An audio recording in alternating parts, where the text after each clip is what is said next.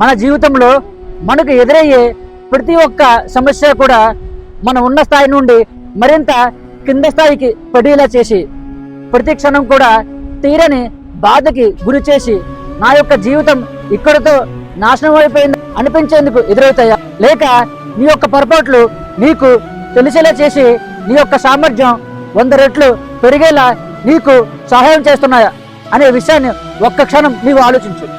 ఆకాశంలో మేఘాలు చూసినప్పుడు మన యొక్క మనసులో ఆ యొక్క మేఘాలు ఏ ఆకృతిలో ఉన్నాయని మనం భావన చేస్తే ఆ యొక్క మేఘాలు అవే ఆకృతిలో మనకు కనిపిస్తాయి.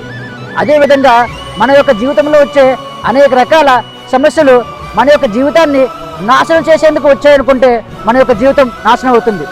లేక నేను ఏదో ఒక గుణపాఠాన్ని నేర్చుకుని నా యొక్క జీవితంలో అద్భుతమైన విజయాన్ని సాధించేందుకు వచ్చాయనుకుంటే ఎవరు ఊహించలేని విజయాన్ని సాధిస్తావు. కాబట్టి